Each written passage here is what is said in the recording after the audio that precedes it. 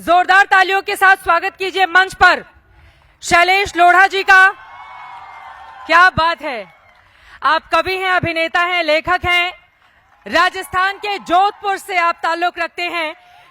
खासकर बेटियों पर, महिलाओं पर आपकी जो कविताएं हैं वो सीधे मन को उतर जाती हैं और आज तो इतना सज सवर कर आए हैं। कौन होता है कवि ऐसा इतना रंगीन नजर आने वाला?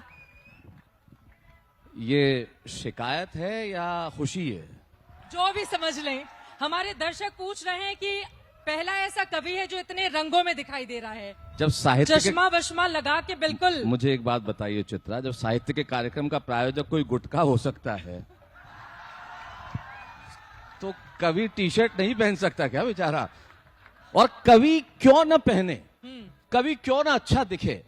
कब तक हम ये मानते रहेंगे कि कवि मतलब झोला, कवि मतलब धोती, कवि मतलब कुर्ता, कवि मतलब किसी से चाय मांग के पीने वाला, कवि मतलब बीड़ी मिल गई तो मिल गई? कब तक ये मानते रहेंगे? तो शैलेश लोढ़ा क्या बताने वाले हैं इस माध्यम से इतने रंगीन बनकर? मैं सबसे पहले तो रंगीन बन के नहीं, इस टी शर्ट का रंग जरूर रंगीन, अर्थ बदल जाता है। आप कहें कि रंगीन है तो अर्थ बदल जाता है, हमें अर्थ नहीं बदलना चाहिए। मैं सिर्फ ये कहना चाहता हूं, जो मैं मंच से भी अक्सर कहता हूं, कि इस देश में जब कम वस्त्र पहन के नृत्य करने वालों को लाखों रुपए मिल सकते हैं तो कलम उठाने वालों को उनसे ज्यादा मिलने चाहिए। बस मैं ये क्या बात है, क्या बात है। लेकिन आप ये जो इस वक्त लाल, नीला, काला, पीला सब में नजर आ रहे हैं जी, थोड़े दिन पहले की ही बात है जब पीले रंग की धोती पहनकर, गले में रुद्राक्ष की माला पहनकर आप मंदिर में बैठे हुए थे जी। लोगों ने कहा संन्यास ले रहे हैं क्या?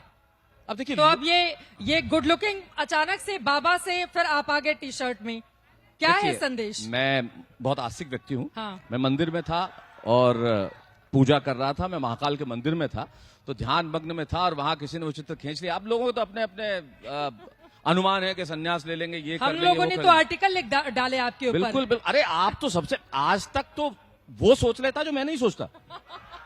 इसीलिए हम हैं देश के सर्वश्रेष्ठ चैनल। मुझे पता नहीं होता, उससे पहले आपको पता लग जाता है।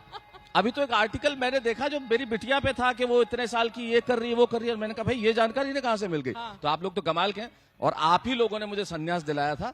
तो आज मैं घोषित करता हूं, मैं कोई संन्यास नहीं ले रहा हूं, मैं यही हूं, यही रहूंगा, यूं ही कविताएं लिखूंगा, यूं ही सुनाऊंगा, यूं ही अभिनय करता। जोरदार तालियां बजा दीजिए। इसके पहले कि मैं सबसे फेमस कंट्रोवर्सी जो आपको लेकर चल रही है तारक मेहता को, उस पर मैं आऊंगी, लेकिन मैं चाहूंगी चंद पंक्तियों के साथ शानदार आगाज हो जाए आपका।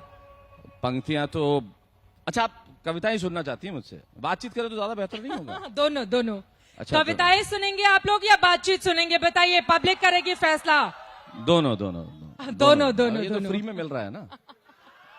अच्छी बात भी है, जब साहित्य के प्रति इतनी रुचि हो, कविताओं के प्रति इतनी रुचि हो, तो ये होना भी चाहिए। लेकिन आप संन्यास की बात करें तो मुझे मेरे 4 मिसरे याद आ गए जो मैं कभी सुनाता नहीं हूं ऐसे ही, कि जिंदगी में जो तमाम आपने चीजें कही कि ये सब चीजें, इन चीजों से कोई फर्क नहीं पड़ता, ये सारी सुविधाएं जो हैं ये इनका कोई अर्थ नहीं है। तब मैंने कहा था कि सपने ले लिए, सिसकियां दे दी, हौसला न दिया, हिचकियां दे दी, और तेरे यहां भी लफ्जों के माने अजीब हैं, ये तूने किस तरह की खुशियां दे दी। वाह वाह वाह वाह, बहुत खूब, बहुत खूब। तो मैं आ जाऊं तारक मेहता का उल्टा चश्मा पर। थोड़ी देर बाद बात करते हैं ना उस पर। करेंगे, जरूर करेंगे उस पर बात जरूर करेंगे थोड़ी देर बाद। बेटियों पर बहुत सारी कविताएं आप लिखते हैं, वो भी आप सुनाएंगे इस मंच पर। और इसके साथ यहाँ पर जितने लोग बैठे हुए हैं सबके हाथ में मोबाइल है जी। यहाँ से वीडियो बनाएंगे, तुरंत वो लोड करेंगे फेसबुक पे, ट्विटर पे, इंस्टाग्राम, हर जगह। अब मुझे और आप मना करते हैं कि सोशल मीडिया पर नहीं जाए, लोग कम जाएं। नहीं, मैं देखिए, सोशल मीडिया आपके संप्रेषण का माध्यम है, बातचीत का माध्यम है, तब तक ठीक है। लेकिन जब जिंदगी में मैं आपको 10 नाम ऐसे बताता हूं इस सोशल मीडिया पे, इंस्टाग्राम पे, जिन्हें आप शक्ल से नहीं जानते, उनके 70 मिलियन, 60 मिलियन, 80 मिलियन फॉलोअर्स हैं। और क्यों है? काचा बादाम,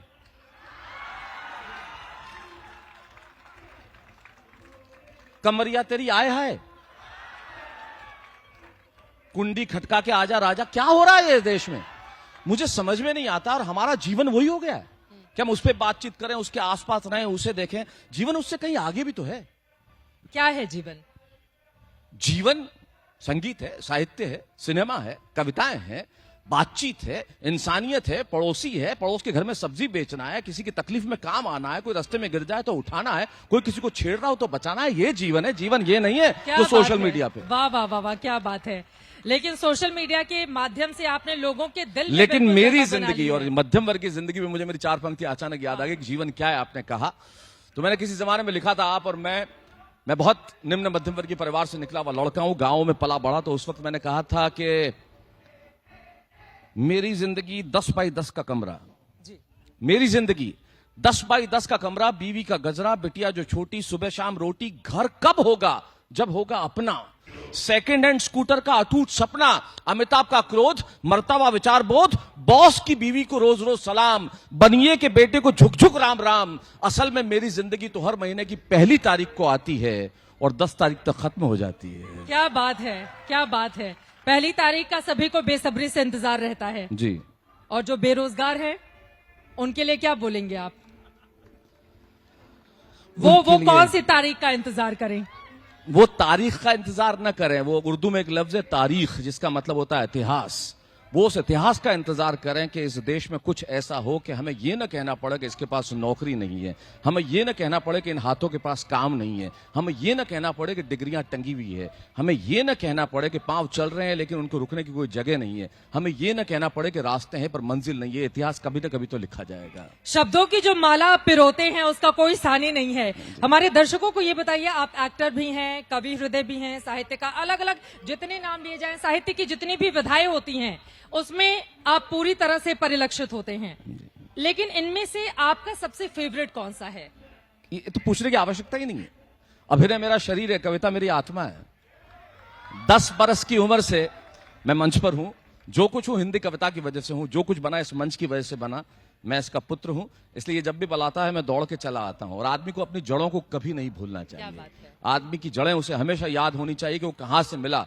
तब पंडित गोपाल दास नीरज की एक पंक्ति मुझे याद आती है कि आपने कहते हैं कौन सा रूप स्वरूप श्रेष्ठ है। वो कहते हैं कि आत्मा के सौंदर्य का शब्द रूप है काव्य, मानव होना भाग्य है, कवि होना सौभाग्य। क्या बात है, क्या बात है।